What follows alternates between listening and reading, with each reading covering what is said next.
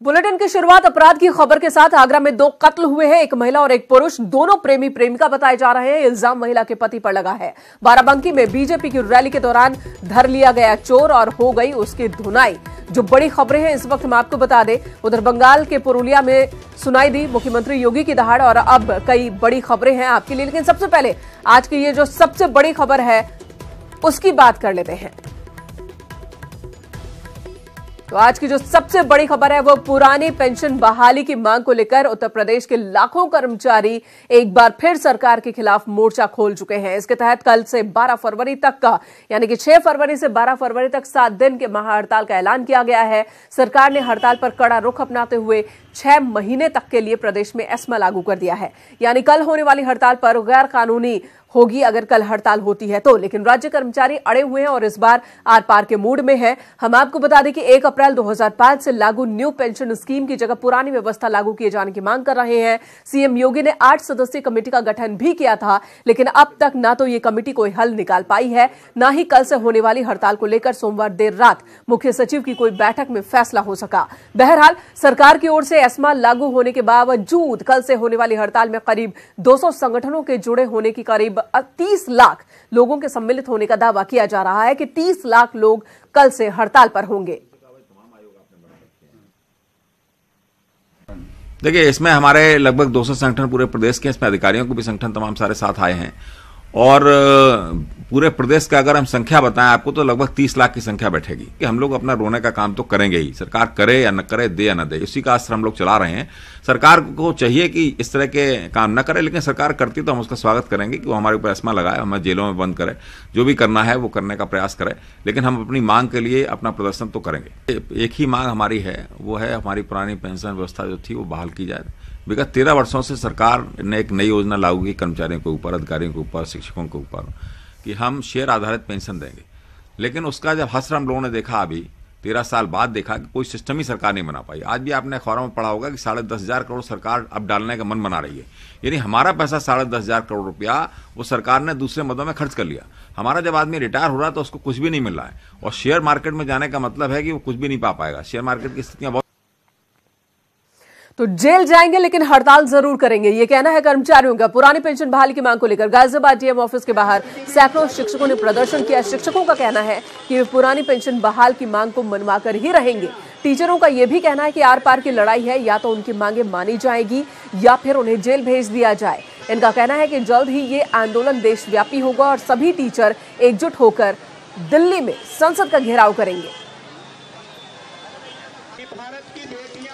भारत की नारी कैसे समाज को एक नई दिशा दिखाने वाले अध्यापक आज धरने पर बैठे हैं, जेल भरो आंदोलन की चेतावनी दे रहे हैं। इनकी मांग है कि पुरानी पेंशन बहाली को दोबारा से बहाल किया जाए। जो पुरानी पेंशन थी, संयुक्त संघर्ष संचालन समिति के अंतर्गत यहाँ पर ये लोग धरने पर बैठे हुए, समस्त टीचर यहाँ बैठे हुए हैं और इनका कहना यह है कि अगर इनकी मांगें नहीं मानी जाती हैं तो ये लोग जेल भरो आंदोलन के लिए भी तैयार हैं। हमारी यही मांग है कि अगर पेंशन नहीं मिलती है तो सभी लोग जेल जाने के लिए तैयार हैं।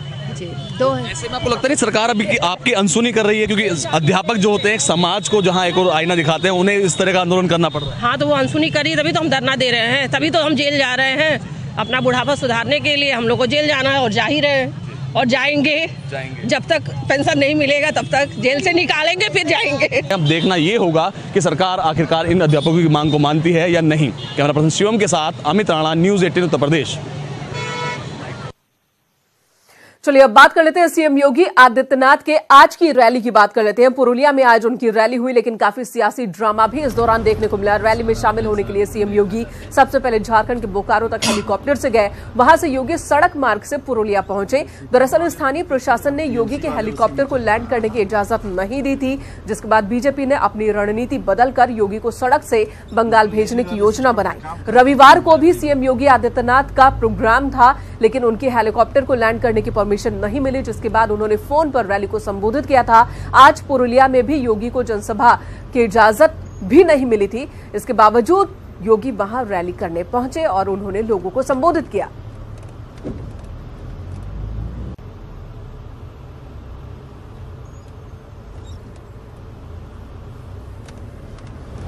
सारा पैसा गुंडे खा जाते हैं। और ममता के गढ़ में घुसकर सीएम योगी आदित्यनाथ ने ममता बनर्जी को ललकारा। उन्होंने जमकर ममता बनर्जी पर हमला बोला और कहा कि अगर पश्चिम बंगाल में बीजेपी की सरकार आती है तो टीएमसी के गुंडे भी हाथ में तख्ती लेकर घूमते दिखाई देंगे। आज मैं एक ट्वीट देख रहा था सुश्री ममता बनर्जी का, उनके द्वारा कहा जा रहा था कि यूपी संभल नहीं रहा है। मैं बोलना चाहता हूं ममता जी से, यूपी बहुत अच्छे तरीके से संभल रहा है। और मैं फिर कह रहा हूं, जिस दिन भारतीय जनता पार्टी की सरकार बंगाल के अंदर आएगी, टीएमसी के गुंडे अपने गले में तख्ती लटकाकर जो ऐसे ही चलेंगे जैसे उत्तर प्रदेश में सपा बसपा के गुंडे अपने गले में तख्ती लटका करके चलते हैं और कहते हैं कि हमें बख्श दो, अब हम किसी के साथ अन्याय नहीं करेंगे, किसी का शोषण नहीं करेंगे।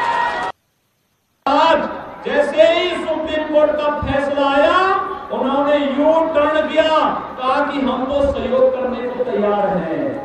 जब सहयोग करने को तैयार थे तो धरना में क्यों बैठी थी? एक भ्रष्ट अधिकारी के घर में बैठ करके जाकर के धरने में क्यों बैठी थी? कैबिनेट की बैठक एक पुलिस अधिकारी के घर में, जिस पर आरोप है कि उन्होंने अपराधियों को बचाया है, उसके घर में क्यों बैठी थी? इसका मतलब है इस राज्य में बहुत कुछ छुपा हुआ है और टीएमसी इसके साथ ही धराशायी होने वाली है। बंगाल को एक भ्रष्ट और बेईमान सरकार से मुक्ति मिलने वाली है।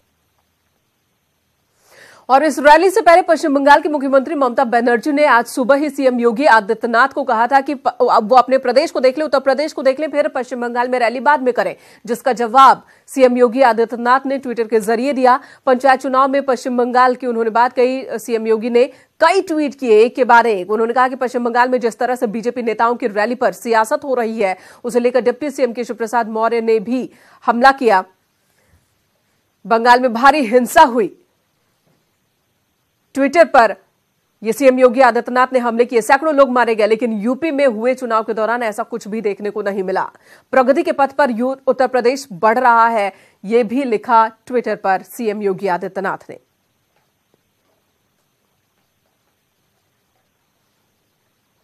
और पश्चिम बंगाल में जिस तरह से बीजेपी नेताओं की रैली पर सियासत हो रही है, उसे लेकर डिप्टी सीएम केशव प्रसाद मौर्य ने ममता बनर्जी पर हमला किया। उन्होंने कहा कि ममता बनर्जी तानाशाही कर रही हैं, लोकतंत्र और सत्ता के दुरुपयोग की कोशिश कर रही हैं, लेकिन जिस तरह से बीजेपी की रैलियों में भीड़ उमड़ रही है, उससे साफ है कि बीजेपी सत्ता में यहां जगह बना सकती है। ये कहना है डिप्टी सीएम का।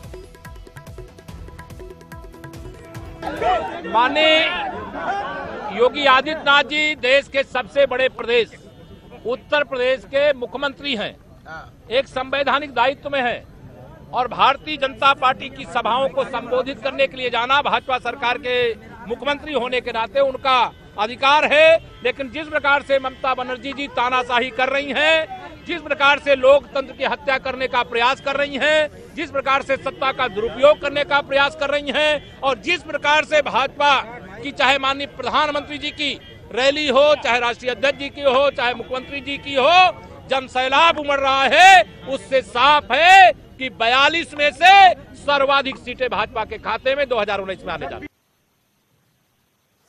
और बीजेपी का यह भी कहना है कि सीएम योगी आदित्यनाथ के हेलीकॉप्टर को पश्चिम बंगाल में उतरने की इजाजत न देना, उनकी रैली को इजाजत न देना, इसके पीछे वजह है कि ममता बनर्जी डरी हुई हैं। बीजेपी की वजह से दीदी में खौफ है और वो अड़चन पैदा कर रही हैं। लोकप्रियता से घबराकर वहां की सरकार ने माननीय मुख्यमंत्री जी के हेलीकॉप्टर को न उतरने देने का निर्णय लिया, जो निंदनीय है। लोकतंत्र में माननीय मुख्यमंत्री का पद संवैधानिक पद होता है और वो स्टेट गेस्ट भी होते हैं। राज्य अतिथि को इस ढंग से अपने राज्य में हेलीकॉप्टर उतारने की परमिशन न देना एक निंदनीय कृत्य के साथ साथ संवैधानिक व्यवस्था का उल्लंघन भी है। हम ममता जी से हाउस द खौफ, क्योंकि जवानों में हाउस द जोश और ममता जी में हाउस द खौफ। तो खौफ क्या होता है, कैसे सरकार चलती है, आदरणीय मोदी जी ने जो देश में सरकार चलाई है उसका अगर खौफ देखना है, हाउस द खौफ, तो ममता जी से पूछ लीजिए। तो पुरुलिया से लेकर के कोलकाता और यहाँ लखनऊ तक हंगामा मचा हुआ है। हंगामा विधानसभा के अंदर भी आज देखने को मिला। आज ही बजट सत्र की शुरुआत हुई और हर बार की तरह इस बार भी हंगामे के साथ ही शुरुआत हुई। ये सरकार नहीं चलेगी, नहीं चलेगी, विरोधी ये सरकार नहीं चलेगी, नहीं चलेगी। संसदीय परंपरा के परखच्चे उड़ाते ये तस्वीर देखी। का दुरुपयोग बंद करो, बंद करो, बंद करो। विरोध के नाम पर बवाल और हंगामा करते इन माननीयों की मर्यादा देखिए।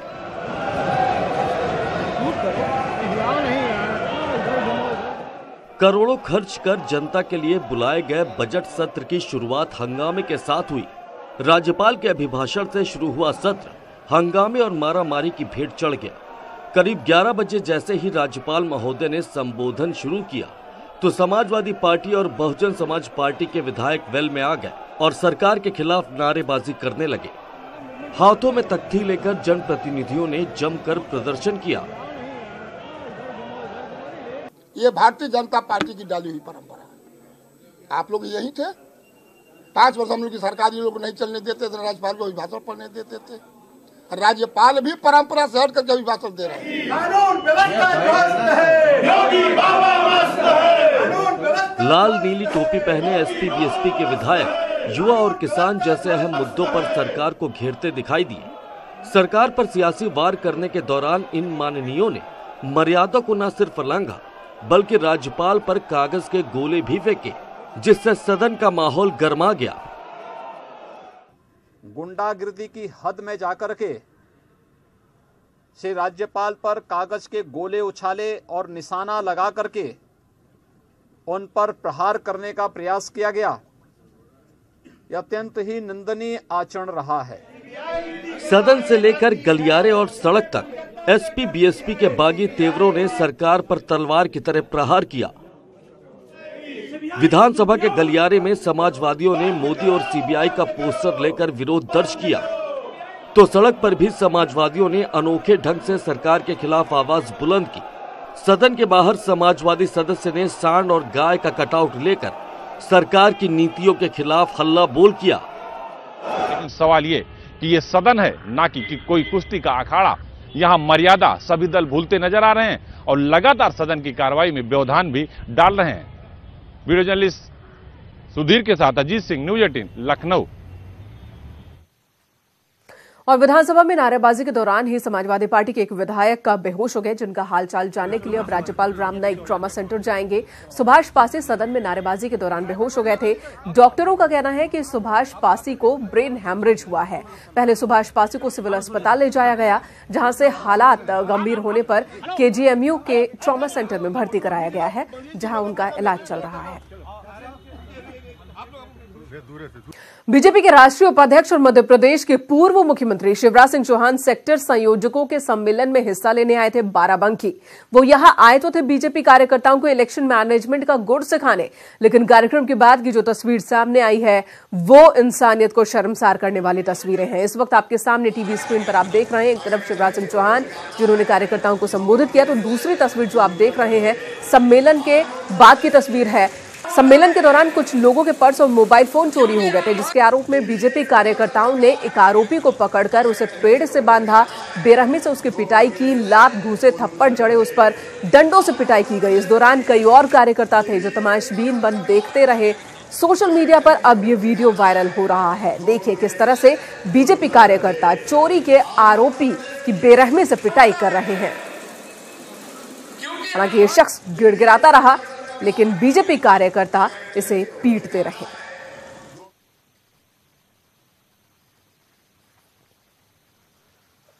उधर आगरा में अवैध संबंधों के चलते डबल मर्डर की वारदात सामने आई, जहां पति ने अपनी पत्नी और उसके प्रेमी की हत्या कर दी। वारदात मनसुखपुरा इलाके के बड़ा गांव में अंजाम दी गई। बताया जा रहा है कि ऋषि कुमार नाम का शख्स खेतों से लौटने के बाद जब घर पहुंचा तो उसकी पत्नी ने दरवाजा नहीं खोला।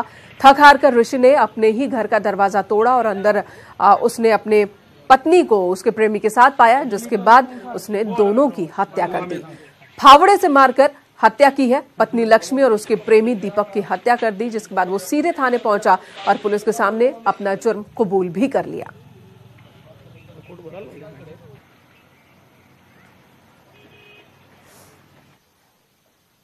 वैसे तो समाज में अपराध रोकने की जिम्मेदारी खाकी की होती है, लेकिन जब यही खाकी अपराधियों से दोस्ती कर ले तो कैसे उम्मीद की जाए कि अपराधियों के खिलाफ पुलिस कड़ी कार्रवाई करेगी।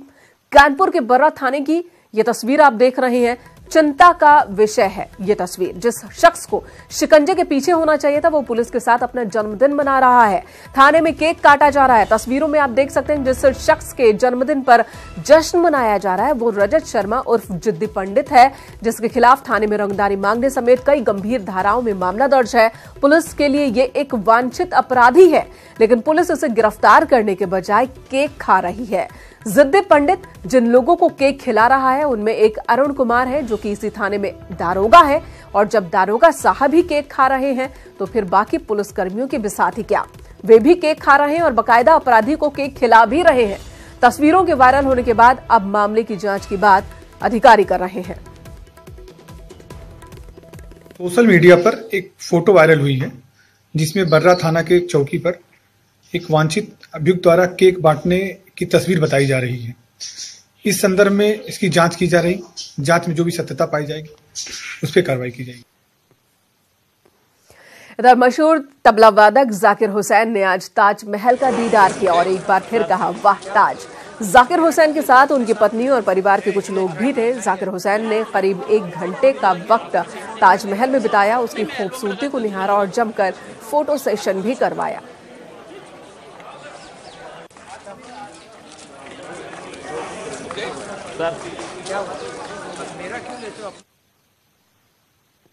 इन्हीं तस्वीरों के साथ फिलहाल अपना यूपी में इतना ही।